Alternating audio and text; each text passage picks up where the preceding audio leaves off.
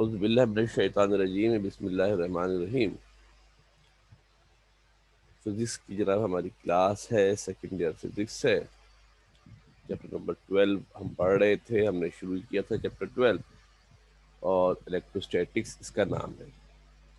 जो टॉपिक हम पढ़ रहे थे, डिस्कस कर रहे थे, बेसिकली वो टॉपिक हमारा था गॉसेस लॉ और उसकी जो एप्लीकेशन थी वो हमने पढ़नी थी। कुछ चीज़ें थोड़ी सी और रिवाइज करवा देते हैं, कुछ सवाल करना चाहिएगा तो सवाल भी दरमियान में कर लीजिएगा। देखो, इलेक्ट्रोस्टैटिक्स के हवाले से मैं बता दूं कि चैप्टर लास्ट में पढ़ाने की रीज़न भी ये है कि इसमें आपकी मैच्योरिटी बहुत ज़्यादा है। चीज़ें आपको पता होनी चाहिए, जो चीज़ें आपने डिस्कस की है। हर टॉपिक दूसरे टॉपिक से इंटरलिंक होता है, रिलेट करता है। अगर आपको एक टॉपिक सही से क्लियर नहीं है, सही से मिस हो रहा है, भूल गए हैं, तो फिर वो आपके लिए काफ़ी प्रॉब्लम क्रिएट करेगा। ज़्यादा बेहतर ये है कि सारे फार्मूले आपके जहन में अगर होंगे तो चैप्टर बहुत आसान है। अगर आपको पीछे के टॉपिक याद नहीं होंगे तो that will B quite difficult one, फिर आपको काफ़ी ज़्यादा दुश्वारी होगी। जल्दी जल्दी, चूँकि अब ऑनलाइन क्लास का हमारे पास ऑप्शन होता है, इसमें बोर्ड लिखना तो होता नहीं है, जल्दी जल्दी गो थ्रू करके जहाँ से हमने टॉपिक शुरू किया था वहाँ से इसको रिवाइज कर देते हैं और फिर जो अपने नेक्स्ट टॉपिक पढ़ना है उस पर हम आ जाते हैं। कोई सवाल दरमियान में करना चाहें तो बिल्कुल अपना हाथ रेस करने का ऑप्शन होता है, हाथ रेस कर हैंड रेस कर लीजिएगा, तो वो आपसे सवाल ले लेंगे। ठीक है जी। चैप्टर नंबर 12 की अगर हम बात करते हैं, थोड़ा समराइज भी कर लेते हैं। चैप्टर नंबर 12 की अगर हम स्कोप ऑफ स्टडी की बात करते हैं कि इस चैप्टर में हमने क्या क्या चीज़ें पढ़नी है, आदि कुछ चीज़ें हमने पढ़ भी ली हैं और कुछ चीज़ें डेफिनेटली हम पढ़ेंगे। सामने टॉपिक आपको लिखे हुए नज़र आ रहे होंगे। कुछ हमने पढ़ लिया है क्या कि चार्ज पार्टिकल क्या होता है, कूलम्स लॉ किसे कहते हैं, इलेक्ट्रिक फील्ड और कूलम्स लॉ के हवाले से हमने काफ़ी सारे न्यूमेरिकल भी डिस्कस किए थे। इलेक्ट्रिक इंटेंसिटी क्या होती है, electric intensity due two point charge क्या होता है, इलेक्ट्रिक लाइन्स ऑफ फोर्सेस के बारे में बताया गया था। और फिर हम जो लास्ट पढ़ रहे थे वो हम इलेक्ट्रिक फ्लक्स के बारे में पढ़ रहे थे। और इलेक्ट्रिक फ्लक्स थ्रू स्फीयर हमने जनाब लीजिए वो डिस्कस करना था, ये हमने कर लिया था। इलेक्ट्रिक फ्लक्स थ्रू स्फीयर भी हमने कर लिया था, गॉसेस लॉ भी हमने पढ़ लिया था। और last topic I think so हमने गॉसेस लॉ ही पढ़ा था। और उसके बाद हमें जो टॉपिक डिस्कस करना था वो एप्लीकेशन ऑफ गॉसेस लॉ हमने जनाब जो वो डिस्कस करना था। यहाँ से अगर आप देखिए बेटा, तो हमने चार्ज पार्टिकल पढ़ लिया है, कूलम्स लॉ हमने पढ़ लिया है, इलेक्ट्रिक फील्ड के बारे में आपको बता दिया था। देखो, छोटी छोटी बातें हैं, बज़ाहिर लगता है कि फालतू कुछ काम की नहीं है, मगर आप ये देखिएगा कि टॉपिक के दरमियान में इनका लिंक आता है, ये पता होना चाहिए, तो टॉपिक को अंडरस्टैंड करना आसान है। इलेक्ट्रिक इंटेंसिटी के बारे में हमने पढ़ लिया था, electric intensity due two point charge हमने पढ़ लिया था। काफ़ी सारी बातें हमने इलेक्ट्रिक लाइन्स ऑफ फोर्सेस के हवाले से की थी। फिर हमने इलेक्ट्रिक फ्लक्स भी जनाब कर लिया था।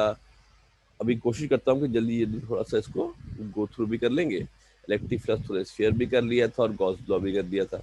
काफ़ी अर्से बाद चूँकि आप ऑनलाइन क्लास पढ़ रहे हैं, थोड़ा सा स्लो डाउन करेंगे ताकि जब आप दोबारा आप अपने रिदम में आ जाएं, किस तरीके से हमने जनाब इसको लेकर आगे चलना है। इतनी चीज़ें हमने पढ़ ली थी। अगर आप गौर से देखें तो ऑलमोस्ट हमारा हाफ ऑफ द चैप्टर पे हम पहुंच चुके हैं। Around half of the chapter हम जनाब लीजिए वो कर चुके हैं। अब आगे से इसको कंटिन्यू करने की जनाब कोशिश करते हैं, तवज्जो देके देखिएगा। शुरू करते हैं इलेक्ट्रिक लाइन्स ऑफ फोर्सेस से। काफ़ी डिटेल से तफसील से आप लोगों को लिखवाया था। इसमें से देखो, एक और चीज़ जो प्रॉब्लम है ना, कि अब चूंकि पेपर एमसीक्यूज बेस बनने वाला है तो आपको हर जुमले की अपनी जगह पर इम्पोर्टेंस है। कहीं पर कोई भी जुमला जो आपका आगे पीछे ज़रा सा मिस हो जाएगा, वो जुमला आपके पास एमसीक्यूज के हवाले से इम्पोर्टेंट है। उसके एमसीक्यूज कभी भी कहीं भी किसी भी तरीके से बन सकते हैं। इलेक्ट्रिक लाइन्स ऑफ फोर्सेस के बारे में बताया था। In order to point out the direction of electric field, we we can draw a number of lines called electric lines of forces. Electric field को रिप्रेजेंट करने के लिए हम कुछ लाइंस ड्रॉ करते हैं जिनको इलेक्ट्रिक लाइंस ऑफ फोर्सेस कहते हैं। और अगर इसकी डेफिनेशन के हवाले से बात की जाए तो electric lines of force is an imaginary continuous line or curve drawn in electric field such that the tangent to it at any point gives the direction of the electric force at that point. ये इसकी मेरे बेटा definition है, लिखवाई भी होगी, हो सकता है पहले ज़रा शॉर्टकट पे लिखवा दी हो। ये ज़रा डिटेल डिस्क्रिप्टिव डेफिनेशन है, स्ट्रेट लाइन में भी हो सकता है, कर्व में भी हो सकता है। अगर कर्व में कोई चीज़ होती है तो उसकी डायरेक्शन को रिप्रेजेंट करने के लिए हम उस पर एक टेंजेंट ड्रॉ करते हैं। क्या करते हैं बेटा? उसके ऊपर टेंजेंट ड्रॉ करते हैं। आपको पता है टेंजेंट क्या होता है मेरे बेटा? अगर आपके पास एक सर्किल फर्श कर इस तरीके से बना हुआ है तो एक ऐसी लाइन जो कि सर्किल को टच करती है, एक ऐसी लाइन जो कि सर्किल को एक ऐसी लाइन जो कि सर्किल को टच करती है, इसको कहा जाता है टेंजेंट। क्या नाम होता है इसका मेरे बेटा? टेंजेंट इसको ये वो कहा जाता है। अगर स्ट्रेट लाइन है तो फिर तो ठीक है भाई, और अगर कोई कर्व की सूरत में लाइन बन रही है तो उसकी डायरेक्शन को रिप्रेजेंट करने के लिए हम उस पर टेंजेंट जो वो ड्रॉ कर देते हैं। तो टेंजेंट आपके पास जो है वो मैग्नेटिक फील्ड की डायरेक्शन, इलेक्ट्रिक फील्ड की डायरेक्शन को रिप्रेजेंट करेगा। एक और डेफिनेशन हो सकती है इसके अंदर, the line of forces, the direction of line of force is the direction along which a small free positive charge will move along the line. ये भी बड़ी इंपॉर्टेंट डेफिनेशन है, ये एमसीक्यूज के हवाले से इंपॉर्टेंट है कि अगर आपके पास इलेक्ट्रिक फील्ड में एक यूनिट पॉजिटिव चार्ज को रखा जाए, कहाँ रखा जाए? इलेक्ट्रिक फील्ड में अगर एक यूनिट पॉजिटिव चार्ज को रखा जाए तो वो फोर्स की डायरेक्शन में, फोर्स के इन्फ्लुएंस में जब वो मूव करेगा तो जिस डायरेक्शन में मूव करेगा, जिस लाइन पर मूव करेगा, जिस पाथ पर मूव करेगा, उसको कहा जाता है इलेक्ट्रिक लाइन ऑफ फोर्सेस। यानी अगर हमने electric line of force trace करनी है, इलेक्ट्रिक लाइन ऑफ फोर्स कैसे ट्रेस कर सकते हैं? एक चार्ज पार्टिकल को, कैसे चार्ज पार्टिकल को? यूनिट पॉजिटिव चार्ज को, जिसका नाम टेस्ट चार्ज भी होता है। अगर उसको हम क्या करें मेरे बेटा, अगर हम क्या करें उसको इलेक्ट्रिक फील्ड में रख दें तो वो चार्ज पार्टिकल जहां जहां मूव करेगा वो रिप्रेजेंट करेंगी इलेक्ट्रिक लाइन ऑफ फोर्सेस को। फिर आपको याद होगा हमने काफ़ी इसकी कैरेक्टरिस्टिक आपको क्लास पे लिखवा दी थी, सब बातें हम क्लास में कर चुके थे, सिर्फ रिमाइंड इसलिए करा रहा हूँ कि थोड़ा सा आपका रिदम बन जाए। डायरेक्ट टॉपिक शुरू कर दूंगा तो थोड़ा सा आपको, क्योंकि ऑनलाइन क्लास काफ़ी अच्छे बाद आप पढ़ रहे हैं, थोड़ा सा आपको थोड़ा सा इस चीज़ से वाकिफियत भी आपको हो जाए। Lines of forces originating from positive charge, बताया था आपको, पॉजिटिव चार्ज से शुरू होती है, नेगेटिव चार्ज की जानिब होती है। Tangent to the line of force indicates the direction of the electric field and electric force. Electric lines of forces are always normal to the surface. हमेशा क्या होती है? सरफेस के नॉर्मल होते हैं, आपको समझाया था, सरफेस के परपेंडिकुलर होंगे हमेशा। Electric lines of forces contract longitudinally, longitudinally contract होती हैं। They are expand laterally, laterally expand होती हैं। Two electric lines of forces cannot intersect each other, or two electric lines of forces in same direction repel each other। अगर same direction में है दो electric lines of forces तो repel करेंगी, same direction में है तो रिपेल करेंगी, और अपोजिट डायरेक्शन में होंगी तो वो अट्रैक्ट करेंगी। ये जो कुछ छोटी छोटी सी बातें हैं, बज़ाहिर आपको लग रहा है फालतू सी हैं, इनमें से बहुत सारी चीज़ें ऐसी हैं जो कि सवाल न्यूमेरिकल की शक्ल, एमसीक्यूज की शक्ल में बनाई जा सकती हैं। ख्याल रखना चाहिए। ये वाला पॉइंट है ना, कौन सा, अगर हम बात करते हैं मेरे बेटा इस वाले पॉइंट की, अगर हम बात करते हैं, अगर हम बात करते हैं इस वाले पॉइंट की कि two electric lines of forces in same direction will repel each other. अगर सेम डायरेक्शन में दो चार्ज पार्टिकल मूव कर रहे हैं तो they will repel each other. Option के अंदर पूछ लेंगे अट्रैक्ट करेंगे, रिपेल करेंगे, तो फोर्स एक्सर्ट नहीं करेंगे। तो ये छोटी छोटी बातें हैं, आपको याद रहनी चाहिए। एमसीक्यूज के हवाले से बहुत सारे मसाइल भी आपके लिए पैदा हो गए हैं जहाँ आसानी हुई है। उसके बाद अगर आपको याद हो मेरे बेटा तो हमने कुछ सिंपल डायग्राम भी आपको क्लास के अंदर बनवाई थी। ये डायग्राम नजर आ रही है। पॉजिटिव जो चार्जेस होते हैं electric lines of forces, positive से अवे जाती है, नेगेटिव के टूवर्ड्स जाती है।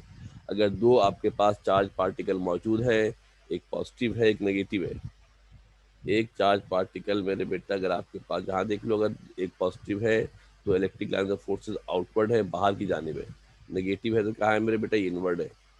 और अगर हमारे पास सूरत हाल ये है कि अगर एक पॉजिटिव चार्ज है एक नेगेटिव चार्ज है तो electric lines of forces will start from the positive charge and they will move toward the negative charge. Negative charge की जानिब जनाब वो मूव करेंगी। दो अगर नेगेटिव चार्ज पार्टिकल है तो वो क्या करेंगे? रिपेल करेंगे। और आप देखिए गौर से यहाँ मेरे बेटा कि इनका आपस में ये एक दूसरे को इंटरसेक्ट नहीं कर सकते। दो लाइनें कभी एक दूसरे को क्रॉस नहीं करती हैं।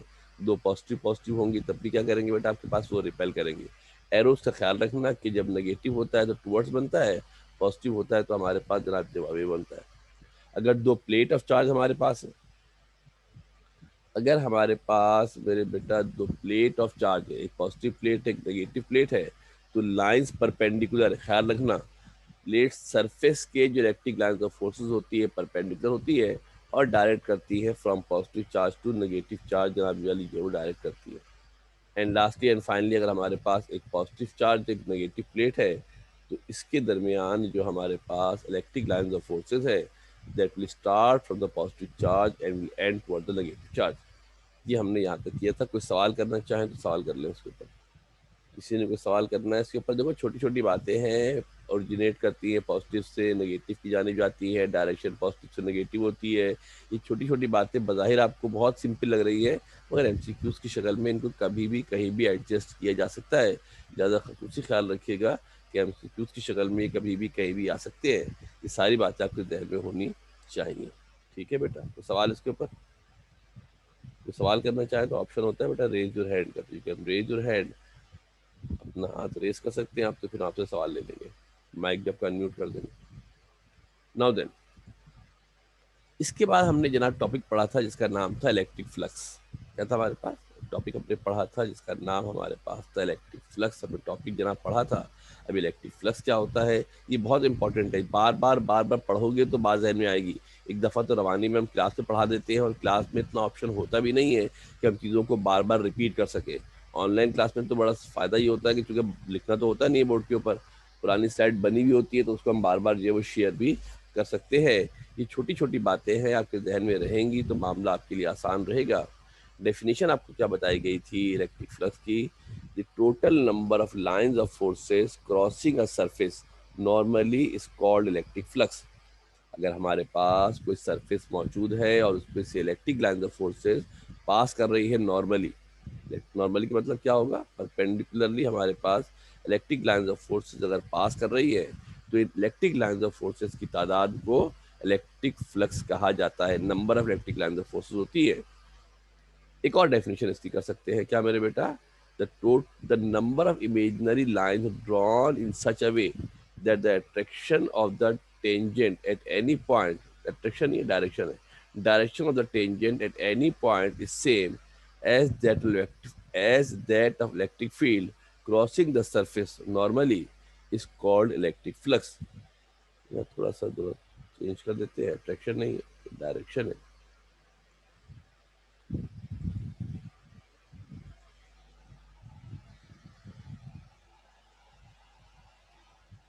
ये आपका डायरेक्शन,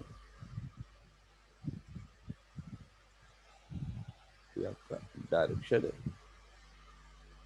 टेंजेंट की जो डायरेक्शन होगी मेरे बेटा वो आपके पास इस तरीके से हो, the total number of imaginary lines drawn in such a way that the direction of tangent at any point is same। जो डायरेक्शन होगी टेंजेंट की वो सेम होगी as that of electric field crossing the surface normally is called electric flux or flux on the surface। इसी तरीके से इसकी एक डेफिनेशन और भी हमारे पास होती है, it is the dot product. ये बड़ा इंपॉर्टेंट है, एमसीक्यू उसके अंदर पूछेंगे। It is the dot product of electric intensity and vector area. यहाँ एक और बात जो आपके जहन में होनी चाहिए वो होता है वेक्टर एरिया। वेक्टर एरिया एक ऐसे एरिया को कहा जाता है जिसकी हमारे पास क्या होती है मेरे बेटा, डायरेक्शन होती है। ऐसे एरिया को वेक्टर एरिया कहा जाता है। डॉट प्रोडक्ट मतलब क्या होता है? जब दो वेक्टर्स को मल्टीप्लाई कराया जाए और मल्टीप्लाई कराने के नतीजे में हमारे पास एक स्केलर क्वांटिटी हासिल हो, when two vectors are multiplied together such that we obtain an scalar quantity, तो इसको कहा जाता है क्या मेरे बेटा? डॉट प्रोडक्ट कहते हैं। तो ये डॉट प्रोडक्ट होता है इलेक्ट्रिक इंटेंसिटी का और वेक्टर एरिया का डॉट प्रोडक्ट होता है। अब चूंकि डॉट प्रोडक्ट है तो स्केलर क्वांटिटी होगी। अब as is the dot product, इसके मतलब क्या है? स्केलर क्वांटिटी होगी। देखो छोटी छोटी बातें बहुत सारी, फिर आपको बार बार ये बात मेंशन किए देता हूँ, समझ ले बात ध्यान से और से। एमसीक्यू बन जाएगा कि the dot product of electric intensity and vector area is called dash. ये तीनों एमसीक्यूज है इसके अंदर, ख्याल रखना बात, तीन एमसीक्यूज इसमें से बन जाएंगे आपके पास। ठीक है जनाब। It is a scalar quantity, ये स्केलर होती है, वेक्टर होती है, नाइदर स्केलर होती है, नाइदर वेक्टर होती है। इस तरीके से बहुत सारे एमसीक्यूज बनाए जा सकते हैं। अब किसी भी सवाल को, किसी भी सेंटेंस को आप आसान नहीं ले सकते हैं। हर सेंटेंस आपके जहन में होना चाहिए। मैथमेटिकली अगर हम इसकी डायग्राम देखें, सामने आपको डायग्राम मेरे बेटे नजर आ रही होगी कि ये अगर आप डायग्राम को मेरे बेटे अगर गौर से देखते हैं, ये एक सरफेस मैंने बनाई है, ये आपको ब्लैक से नजर आ रहा है, ये वेक्टर एरिया है जो पिंक से आपको लाइन नजर आ रही है, they are the electric lines of forces, E है इलेक्ट्रिक इंटेंसिटी होती है, और ये आपके पास ब्लैक से वेक्टर एरिया है। इनके दरमियान एंगल बन रहा है थीटा, हमारे पास एंगल बन रहा है, तो मैथमेटिकली फाई ई बराबर होता है किसके, ई डॉट डेल्टा ए। क्या होता है मेरे बेटा, ई डॉट डेल्टा ए हमारे पास जनाब जो होता है, बेहतर ये होता है कि आप इसको, ये वेक्टर होता है, इसके ऊपर एरो भी होना चाहिए, वेक्टर होता है इसके ऊपर एरो भी होना चाहिए, तो फाई ई बराबर होता है ई डॉट डेल्टा ए की। यहाँ ये बात वाजे रहे कि इलेक्ट्रिक इंटेंसिटी भी वेक्टर है, एरिया भी वेक्टर है, मगर जो फ्लक्स आ रहा है वो हमारे पास स्केलर क्वांटिटी हमारे पास जनाब होता है। ई से मुराद इलेक्ट्रिक इंटेंसिटी है, ए से मुराद वेक्टर एरिया है, और इस इक्वेशन को हम ऐसे भी लिख सकते हैं, जब डॉट के निशान को हटाते हैं तो हमारे पास क्या आता है, कॉस थीटा आता है। डॉट के निशान को हटाते हैं तो क्या आता है, कॉस थीटा आता है। थीटा वो एंगल है, तो कहाँ बन रहा है मेरे बेटा, थीटा हमारे पास वो एंगल होता है जो कि ई और डेल्टा ई, थीटा हमारा बना है, ये वाला एंगल यहाँ पर एंगल बनता है ई और डेल्टा ई के दरमियान, ये एंगल हमारे पास जनाब जो है वो थीटा को रिप्रेजेंट करता है। क्लियर है, सब चीज़ें पहले की हुई है, मैं सिर्फ और सिर्फ इसलिए रिवाइज करवा रहा हूँ कि ये छोटी छोटी बातें हैं, और एक बात अच्छी तरह समझते हो आप, जो चीज़ को बार बार पढ़ोगे तो वो ऑटोमेटिकली आपको याद हो जाती है। इसको अगर मैं गो थ्रू करा दूंगा और रवानी में निकल जाएंगे तो मेन टॉपिक आपके लिए फंस जाएगा। तो कोशिश ये करें कि जितने भी टॉपिक पढ़ रहे हैं बार बार पढ़ेंगे तो आगे मामला बहुत आसान हो जाएगा, वरना ये बिल्कुल नई चीज़ें हैं, काफ़ी ज़्यादा मुश्किलात आपके लिए क्रिएट कर सकती है। नाउ देन दूसरी बड़ी अहम चीज होती है, अच्छा दूसरी बात ये कि फ्लक्स इटसेल्फ कोई इतनी खास इंपॉर्टेंट प्रॉपर्टी होती नहीं है, मगर इसकी मदद से बहुत सारे काम हो सकते हैं, इसकी मदद से बहुत सारे काम हमारे पास हो सकते हैं। इसके बाद अगर आपको याद हो तो हमने जनाब क्या डिस्कस किया था कि मैक्सिमम फ्लक्स कब होता है, मिनिमम फ्लक्स कब होता है। ये बड़ा इंपॉर्टेंट पार्ट है, ये आपको पता होना चाहिए कब कब फ्लक्स मैक्सिमम होगा, कब कब फ्लक्स हमारे पास मिनिमम होगा। अगर सरफेस को परपेंडिकुलर रखा जाए, क्या करें, सरफेस को परपेंडिकुलर रखा जाए इस तरीके से कि ई और डेल्टा ए के दरमियान जो एंगल है वो 0 डिग्री हो जाए।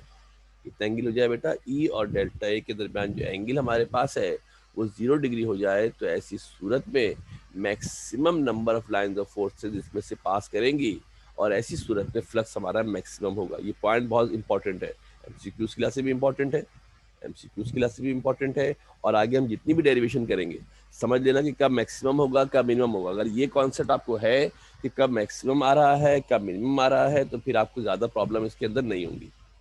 एक छोटी सी डायग्राम पर बना देते हैं, डायग्राम को भी देख ले आप तवज्जो के साथ कि सरफेस मेरी परपेंडिकुलर है, और जो पिंक कलर से इलेक्ट्रिक लाइंस ऑफ फोर्सेज हैं, और जो ब्लैक कलर से हमारे पास क्या है मेरे बेटा, वेक्टर एरिया है।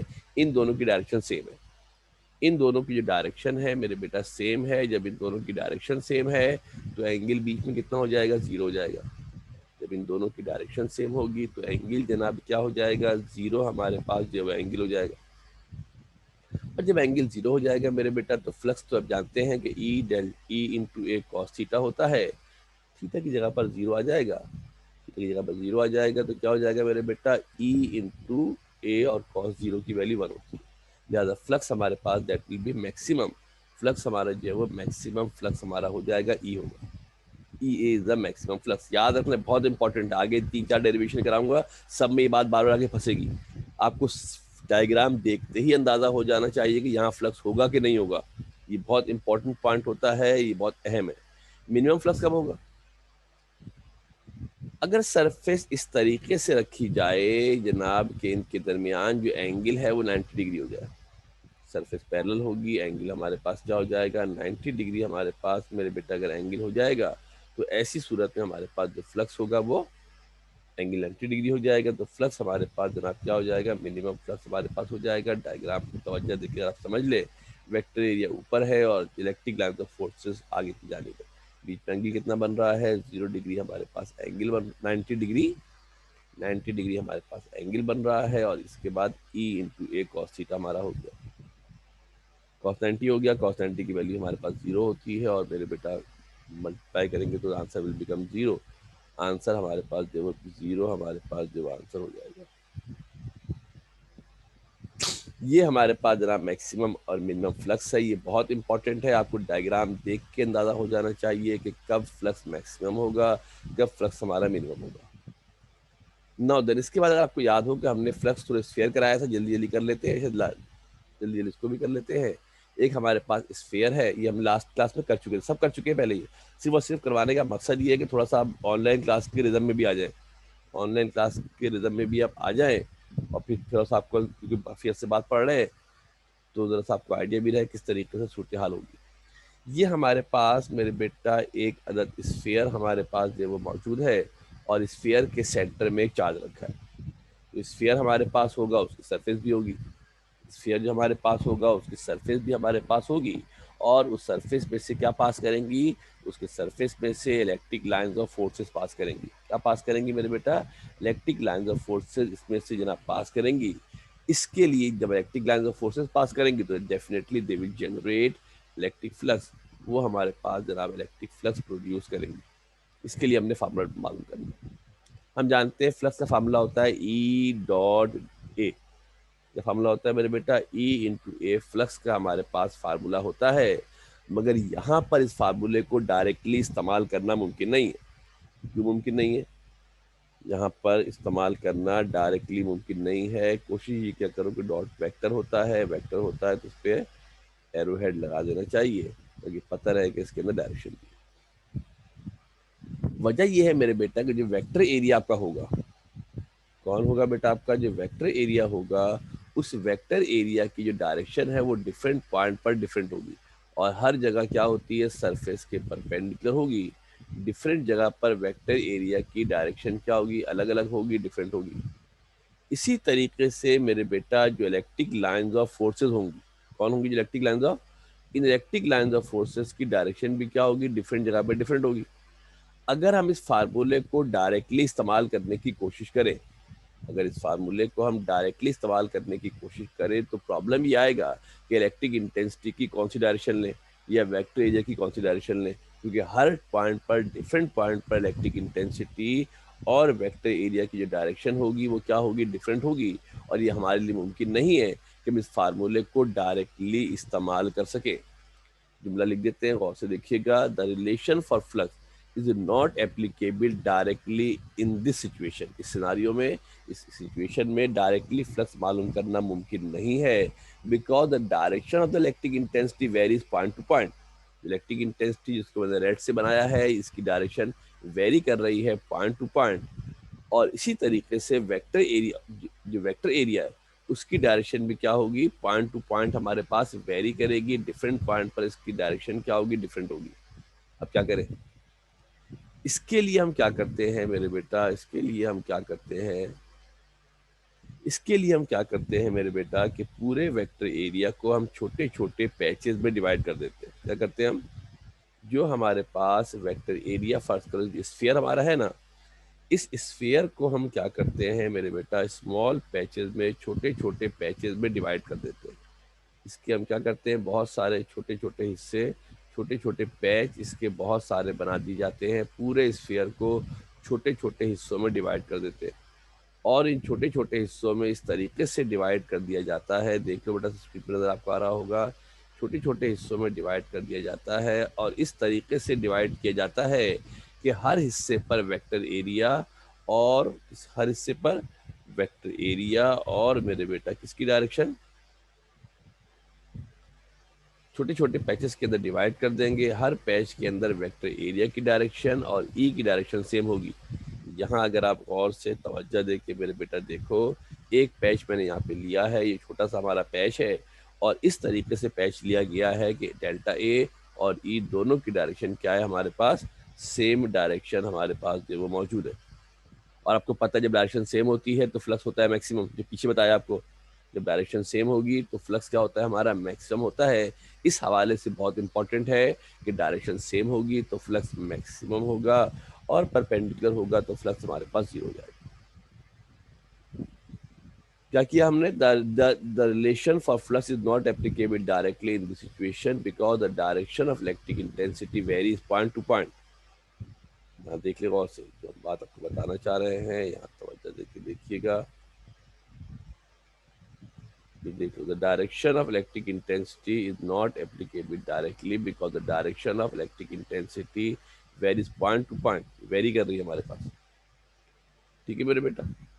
लिहाजा हमने क्या किया, इसको स्मॉल पैचेस के अंदर छोटे छोटे हिस्सों में हमने क्या किया, इसको जनाब अली जो है वो डिवाइड कर दिया।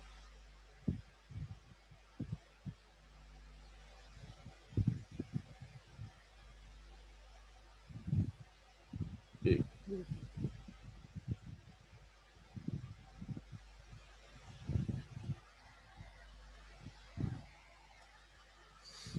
The direction of electric field intensity in each segment of the sphere is same. Outward normally, the angle between E and A will be zero. Since flux is the equal to sum of flux passing through, क्योंकि flux scalar होता है। Flux क्या होता है बेटा, आपका scalar होता है। टोटल फ्लक्स तमाम फ्लक्स के सम के बराबर होगा। जरा मैंने शॉर्ट पे किया है, क्लास में काफी डिटेल में कराया था, तो शॉर्ट में कर दे रहा हूँ। टोटल फ्लक्स मालूम करने के लिए हम हर पैच से गुजरने वाले फ्लक्स को मालूम करके ऐड कर लेंगे। ई डेल्टा A1 ई डेल्टा A2 सबको हमने ऐड कर लिया, और इसके बीच में जो एंगल हमारे पास आएगा वो जीरो आएगा। सुनो बेटा गौर से, क्या किया हमने, ई डेल्टा A1 पहले वाले का फ्लक्स, ई डेल्टा A2 कॉस थीटा दूसरे वाले का फ्लक्स, और हर जगह देखो बेटा गौर से, हर जगह मेरे बेटा जो मैंने एंगल लगाया है, कितना एंगल लगाया है, जो एंगल लगाया है जीरो लगाया है। क्यों लगाया है जीरो, हमने बनाया है इस तरीके से है मेरे बेटा कि इनके दरमियान जो एंगल बनेगा वो जीरो बनेगा। ई डेल्टा ए पहले हमने पुट कर दी मेरे बेटा, और इसको हमने सॉल्व कर लिया, तो क्या देखा हमने, ई कॉमन निकाल लिया, delta A1 delta A2 delta A3, तमाम डेल्टा ए को सम करेंगे, तमाम डेल्टा ए को सम करेंगे तो एरिया ऑफ स्फीयर बन जाएगा। Area of sphere 4 pi r² होता है। क्या होता है मेरे बेटा, 4 n नहीं, पाई है, 4 पाई r² होता है। और अगर हम ये भी जानते हैं कि electric intensity due two point charge, अगर एक पॉइंट चार्ज होती है तो उसकी वजह से जो इलेक्ट्रिक इंटेंसिटी हमारे पास होती है, अगर एक पॉइंट चार्ज है तो उसकी वजह से जो इलेक्ट्रिक इंटेंसिटी हमारे पास होता है 1/4 पाई एप्सिलॉन नॉट Q/r² होता है। याद है ना, ये पीछे हमने डेरिवेशन करवाई थी। और अगर ये वैल्यू इसके अंदर पुट कर दी जाए तो क्या बन जाएगा मेरे बेटा, 1/4 पाई एप्सिलॉन नॉट Q/एप्सिलॉन नॉट के बराबर हो जाएगा। वैल्यू पुट कर देते हैं मेरे बेटा, क्या देखते हो चंदा कि फोर कुछ चीज़ें कैंसिल आउट हो रही है। 4 और पाई ऊपर था, 4 और पाई से 4 और पाई हमने कैंसिल कर दिया है।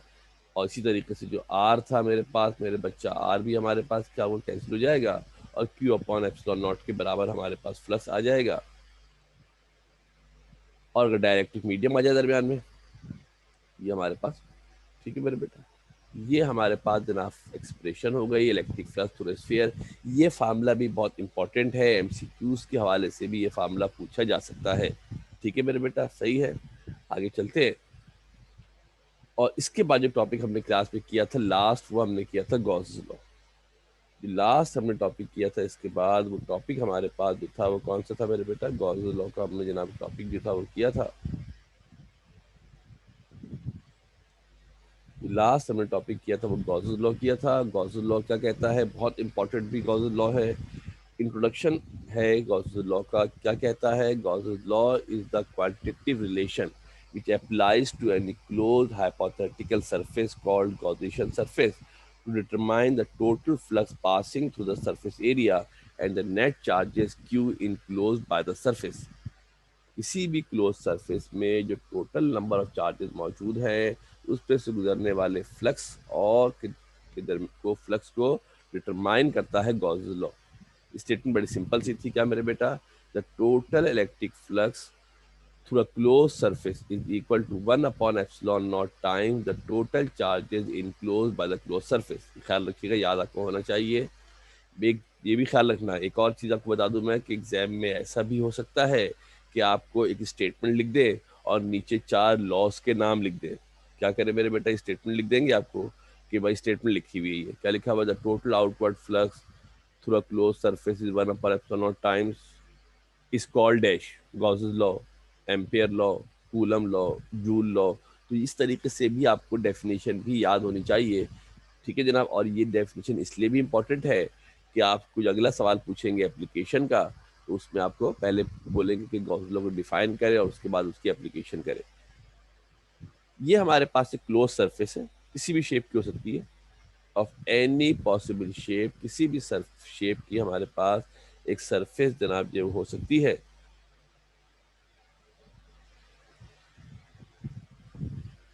किसी भी शेप की हमारे पास जनाब एक सरफेस हो सकती है। एनी शेप, और इसके अंदर क्यू चार्जेस चार्जेस लिखे हुए हैं। क्यू जो आप देखना ये पिंक से लिखे हुए हैं, क्यू है, क्यू है, क्यू है, ये चार्ज Q1 है, ये Q2 है, ये Q3 है, ये Q4 है, ये Q5 है लिखा हुआ 5, और ये आपका आखिरी वाला Qn है। ऐसी क्लोज हाइपोथेटिकल सरफेस को, हाइपोथेटिकल के मतलब होता है हमने जहन में एज्यूम की हुई है, तो बाकायदा एग्जिस्ट करती बढ़ती नहीं है, बाकायदा एग्जिस्ट करती बढ़ती नहीं है, सिर्फ हमने एज्यूम की हुई है।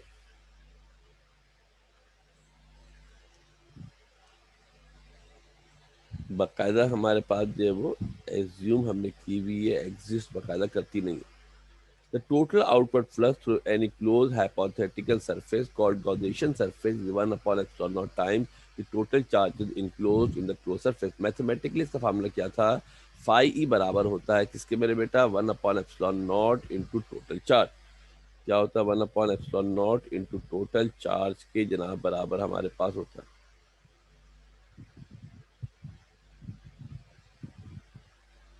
1 upon epsilon not into total charge के बराबर होता है। क्यू से बराबर जहाँ टोटल चार्ज है जो किसके बराबर होगा, Q1 plus Q2 plus Q3।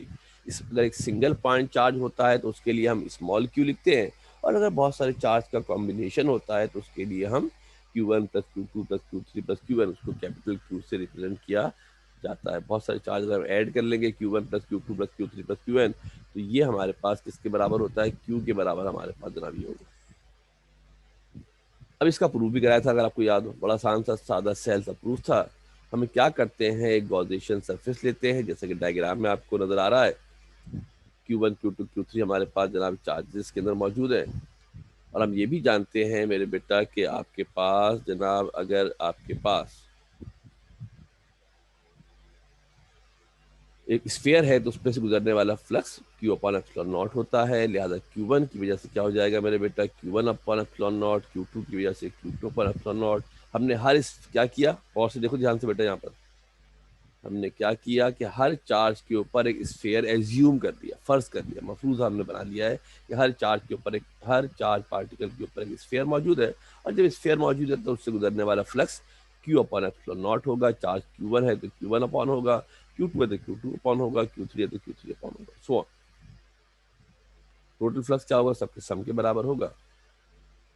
और सबको ऐड कर लेंगे मेरे बेटा, सबको ऐड कर लेंगे तो Q1 plus Q2 plus Q3 5 1 5 2 5 3 हो जाएगा। Q1 upon epsilon not, Q2 upon epsilon not, 1 upon epsilon not common निकाल लेते हैं, Q1 plus Q2 plus Q3 किसके बराबर होता है, कैपिटल Q के बराबर होता है। Q1 plus Q2 plus Q3 जब तमाम चार्जेस को ऐड किया जाता है, Q1 plus Q2 plus Q3 को ऐड करेंगे तो Q के बराबर होगा। और ऐसा ही अगर आपको याद हो तो हमने कहा था कि आपको जनाब प्रूफ करना है, ऐसे ही अगर आपसे कहा जाए तो हमने आपको जनाब प्रूफ जो है वो यहाँ पर करना था। ये आपका गॉसियन लॉ हो गया जो हमने लास्ट क्लास के अंदर पढ़ा था, प्रूफ भी करा दिया है, याद कर लीजिएगा, देख लीजिएगा ध्यान से, इंपॉर्टेंट है, ठीक है ना। काफ़ी अर्से बाद आपने ऑनलाइन क्लास जनाब ली है, कुछ लोगों ने हो सकता